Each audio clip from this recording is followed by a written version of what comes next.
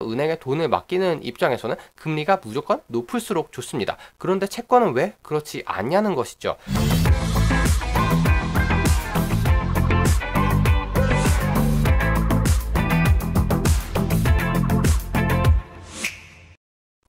여러분 안녕. 자, 이번 시간에는 채권 투자에 대해서 한번 얘기해보는 시간을 갖도록 하겠습니다.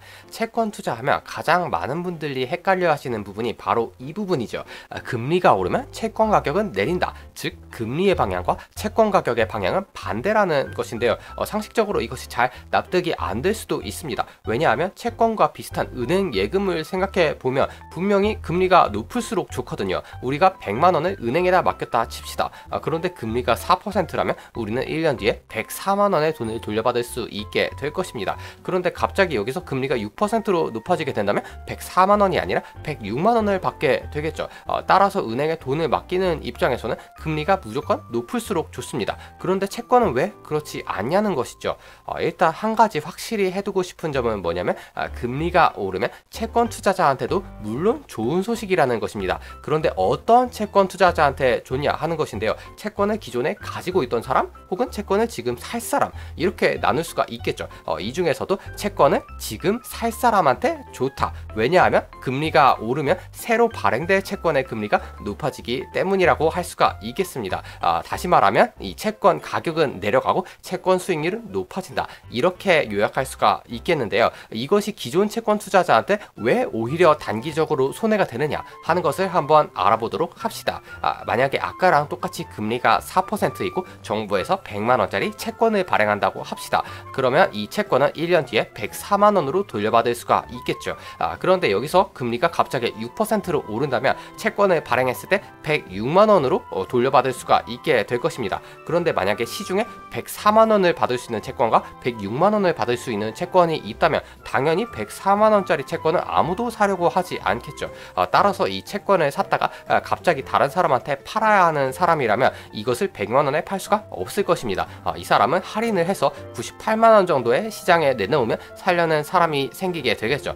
이것이 바로 금리가 오르면 채권 가격이 내려가는 원인이라고 할 수 있겠습니다. 다시 말해서 우리가 채권 가격이 내려간다 하는 것은 기존 채권 가격에 해당한다는 것이죠. 물론 여기서 한 가지 유념하실 점은 이것을 만기까지 들고 있으면 100만 원보다 4% 높은 가격인 104만 원의 돈을 확실히 돌려받을 수 있다는 것이 채권의 특징이기 때문에 어떤 채권이든 간에 단기적인 손해는 볼 수 있어도 만기까지 들고 있는다면 무조건 이득을 볼 수 있다는 점이 이 주식과의 차이점이라고 할 수가 있겠습니다. 그렇다면 이제 채권의 원리에 대해서는 알았으니까 언제 채권에 투자해야 되는가에 대한 결론이 나올 수가 있겠죠. 일단 채권 금리가 높을 때 채권에 투자하는 것이 유리할 것입니다.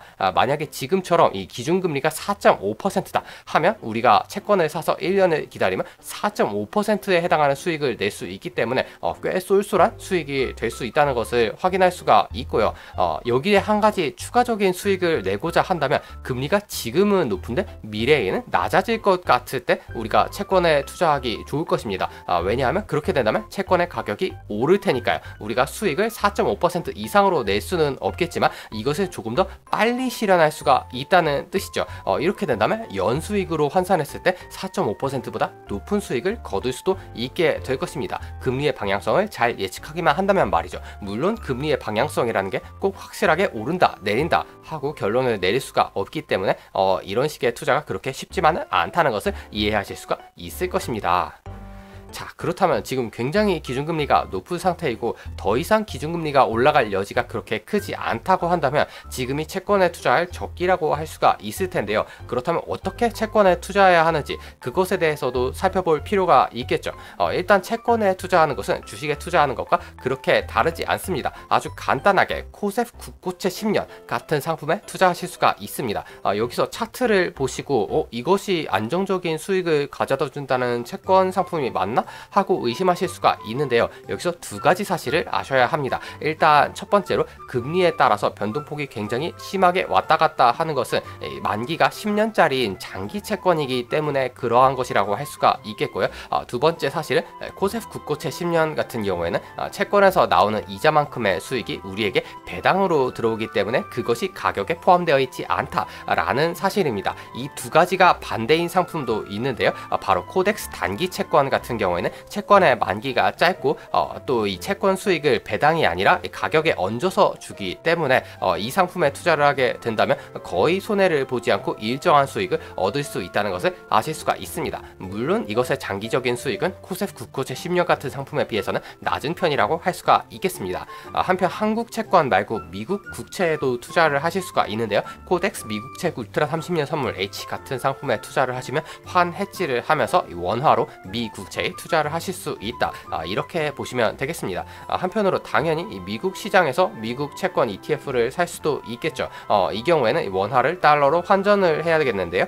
이런 경우에 IEF 같은 10년물 국채나 SHY 같은 중기 국채 그리고 단기 국채인 SHV 같은 상품의 입맛에 맞게 투자를 하시면 되겠습니다. 참고로 SHV 같은 경우에는 가격 차트가 굉장히 이상하게 생겼다는 것을 알 수가 있죠. 잘 올라가다가 갑자기 뚝뚝 떨어지는 모습을 목격하실 수가 있는데요. 이것은 다름이 아니라 예상하셨겠지만 월 배당으로 꾸준히 이 채권의 수익을 배당으로 나누어 주기 때문에 일어나는 일이고요. 이것의 배당락을 쭉 펴서 생각을 해보신다면 아까의 한국 단기 채권 ETF와 마찬가지로 꾸준한 수익을 우리에게 가져다 줄 수 있겠구나 하는 생각을 하실 수가 있을 것입니다.